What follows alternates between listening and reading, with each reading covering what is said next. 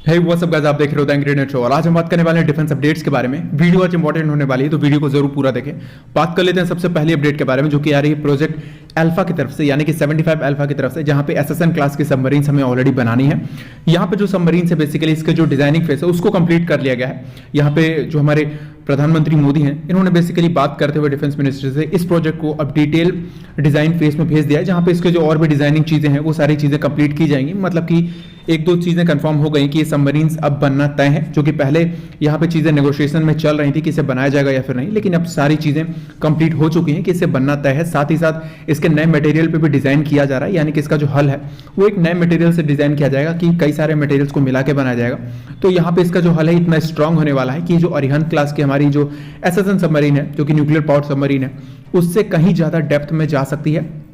आपको ऑलरेडी पता होगा कि जितने डेप्थ में अगर सबमरीन जाती है उतना ज्यादा प्रेशर होता है, मतलब जो वाटर वेट होता है वो सबमरीन के ऊपर उतना होता है। तो इसी तरीके से अगर इसका हल स्ट्रांग रहेगा तो वो काफी अंदर तक पानी में जा सकेगी। साथ इसमें प्रेशराइज वाटर रिएक्टर लगा होगा, यानी कि न्यूक्लियर पावर्ड ही सबमरीन होने वाली है। तो ये जब तक चाहे तब तक पानी के अंदर रह सकती है। इसको जब भी निकलने की आवश्यकता होगी तब सिर्फ और सिर्फ जो फूड की सप्लाई है सिर्फ उसके लिए होगी, और नहीं तो फ्यूल की कोई दिक्कत नहीं है।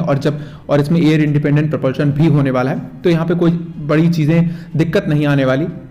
ये सबमरीन जब चाहे जितनी दिन चाहे उतने दिनों तक पानी के अंदर रह सकती है, और साथ ही साथ पूरी तरीके से ऑक्सीजन सप्लाई इस सबमरीन में मिलती रहेगी। अब बात कर लेते हैं नेक्स्ट अपडेट के बारे में। तो नेक्स्ट अपडेट आ रही है राजनाथ सिंह जी की तरफ से। तो हमारे जो डिफेंस मिनिस्टर है, इन्होंने बेसिकली जितने भी डिफेंस प्रोक्योरमेंट्स हैं उसको बेसिकली फास्ट ट्रैक कर दिया है। यहाँ पे बात हुई थी इंडियन नेवी के जो थर्ड एयरक्राफ्ट कैरियर को लेकर। तो इंडियन नेवी ने आज बेसिकली फिर से कंफर्म कर दिया है कि थर्ड एयरक्राफ्ट कैरियर उतना ही जरूरी है जितना कि एक सबमरीन जरूरी है, और साथ ही साथ जितना कि एयरफोर्स के लिए कोई एयरक्राफ्ट जरूरी है उतना ही जरूरी इंडियन नेवी के लिए थर्ड एयरक्राफ्ट कैरियर है। क्योंकि हम घर बैठकर दुश्मनों से नहीं लड़ सकते, हम सिर्फ डिफेंसिव मोड में नहीं रहना चाहते। आने वाले समय में हमें ऑफेंसिव रोल भी निभाना पड़ेगा, क्योंकि चीजें इस तरीके से बढ़ रही है, यानी कि जियोपॉलिटिकल रीजन में इतनी ज्यादा चेंजेस आ रही हैं कि कभी भी कोई भी ऑफेंसिव एक्शन हो सकता है। तो उनके एक्शन होने से पहले अगर हमारे पास ऑलरेडी उनका जो प्लान है हमारे इंटेलिजेंस ने बताया हुआ है, तो हम उन पर ऑफेंसिव एक्शन पहले ही कर देंगे, मतलब कि काउंटर अटैक कर देंगे, जैसा कि पैंगोंग टीएसओ में किया गया था। जैसे कि हमने हाइट्स को पहले ही कैप्चर कर लिया था, तो उसी तरीके से इंडियन नेवी भी पूरी तरीके से प्लान कर रही है कि हमारे फोर्सेस उतनी तैयार रहें, और साथ साथ एयरक्राफ्ट कैरियर रहेंगे तो एयरक्राफ्ट भी रहेंगे।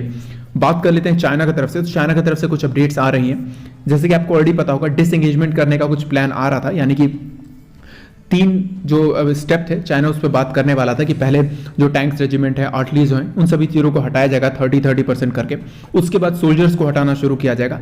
लेकिन अब चीज़ें कंफर्म हो गई हैं कि चाइना यहाँ पे डेप्थ ट्रैप की तरह ही खेलना चाह रहा था, यानी कि पूरी तरीके से ट्रैप खेलना चाह रहा था इंडिया के साथ, कि इंडिया के ट्रूप्स को हटाकर वो अपने बेसिकली जो ट्रूप्स हैं उनको बैकअप में रख रहा था। जो सैटेलाइट से इमेजनरी निकल के आई हैं, चाइना के कहीं ज़्यादा जो ट्रूप्स हैं उनके बैकअप में पीछे खड़े हुए हैं। जितने के ट्रूप्स उन्होंने डिप्लॉय किए हैं उससे कहीं ज़्यादा ट्रूप्स पीछे बैकअप में खड़े हुए हैं। ये चाइना का आपको दिखा रहा होगा कि चाइना किस तरीके से मक्कारी कर रहा है, और ये अभी की बात नहीं है, 1962 से ही सबको पता है कि चाइना किस हद तक मक्कारी कर सकता है। अब बात कर लेते हैं नेक्स्ट अपडेट के बारे में, जो कि आ रही है चाइना की तरफ से ही। तो एक चीज़ का सभी लोगों को डर था कि ग्वादर पोर्ट को बेसिकली चाइना यूज़ करेगा at the end military purpose के लिए। तो चाइना ने यहाँ पे अपना मिलिट्री बेस बनाना स्टार्ट कर दिया है, और छोटे जो पोस्ट हैं वो ऑलरेडी वहाँ पे बना दिए हैं।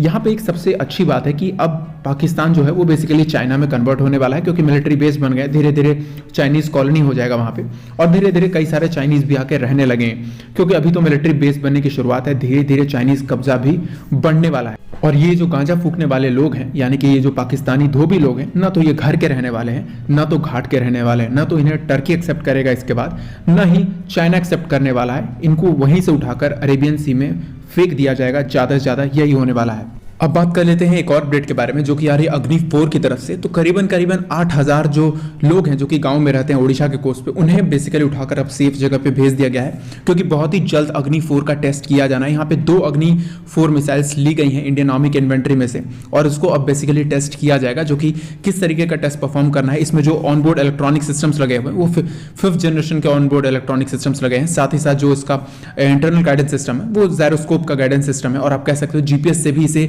नेविगेट किया सकता है, यानी कि नाविक हो गया, जीपीएस हो गया, या फिर जितने भी नेविगेशन सैटेलाइट्स हैं इसरो के हो गए, तो उन सभी चीज़ों से इसको गाइड भी किया जा सकता है। और इसका खुद का भी गाइडेंस सिस्टम है। इससे 2-3 चीज़ें क्लियरिफाई हो जाती है कि इसकी जो पिन पॉइंट एक्यूरेसी है, मतलब इसकी जो एक्यूरेसी वो पिन पॉइंट तरीके से हिट करेगा जिस भी रीजन में बेसिकली इसको भेजा जाएगा। तो आप कह सकते हो कि ये सारे जो टेस्ट हैं वो बेसिकली दिखा रहे हैं कि इंडिया की जो प्रिपरेशन है वो किस तरीके से चल रही थी पहले, यानी कि इंडिया ने जितने भी मिसाइल्स को शामिल किया था धीरे धीरे करके उन सभी मिसाइल का टेस्ट किया जा रहा है। और हो सकता है कि आने वाले हफ्तों में जब इसका टेस्ट कर लिया जाएगा तो मोस्ट प्रॉब्ली अग्नि 5 का भी टेस्ट किया जाना है, और अग्नि 6 भी ऑलमोस्ट रेडी ही है, मतलब कि इंडियन DRDO ने बेसिकली उसको बना ही लिया, लेकिन अभी तक उस चीज़ को डिस्क्लोज नहीं किया गया है। टेस्ट भी शायद हो चुका है लेकिन चीज़ों को भी डिस्क्लोज नहीं किया गया, क्योंकि अग्नि 5 आए हुए कई साल निकल गए हैं और अग्नि 6 की रेंज इतनी होगी कि वो बेसिकली यूरोप के काफ़ी कंट्रीज़ को हिट करने वाला होगा, या फिर आप कह सकते हो अमेरिकन सिटीज़ को भी हिट करने वाला होगा। इस वजह से भी उसको डिस्क्लोज नहीं किया जा रहा है। अब बात कर लेते हैं लास्ट अपडेट के बारे में। तो रशिया की तरफ से एक चीज निकल के आ रही थी कि सुखोई 57 जो फाइटर जेट है उनका 5th जनरेशन फाइटर जेट वो बेसिकली इंडिया आने वाला है एरो इंडिया में, लेकिन अब उस चीज को रशिया ने नकार दिया है। एरो इंडिया में स्केल मॉडल आने वाला है, न कि Su-57 आने वाला है। उसके साथ साथ दो चीजें और बात कही गई है रशिया की तरफ से कि बेसिकली इस बार जो समिट होने वाला था, आपको ऑलरेडी पता होगा रशिया और पाकिस्तान के बीच में जो भी नजदीकियां बढ़ रही हैं उसको देखकर इंडिया ने इस बार जो समिट है उसको डिले कर दिया। इस बार जो समिट है उसको रशिया के साथ मीटिंग करने से मना कर दिया। आप कह सकते हो इंडिया का ये काउंटर अटैक है। जैसा जैसा रशिया पाकिस्तान के क्लोज आते रहेगा वैसे वैसे इंडिया से रशिया की दूरी बढ़ती चली जाएगी, क्योंकि अगर रशिया को पाकिस्तान पसंद है तो वहीं पे अब यूनाइटेड स्टेट्स इंडिया को चूज कर रहा है इन सारे चीज़ों में। वेल, इंडिया हमेशा ही एक इंडिपेंडेंट कंट्री रहा है, किसी भी तरीके का कोई अलायंस इंडिया ने नहीं बनाया है, लेकिन अब समय आ चुका है कि इंडिया को अलायंस के रूप में काम करना पड़ेगा, क्योंकि चीज़ें काफ़ी ज़्यादा बदल गई हैं वर्ल्ड ऑर्डर में।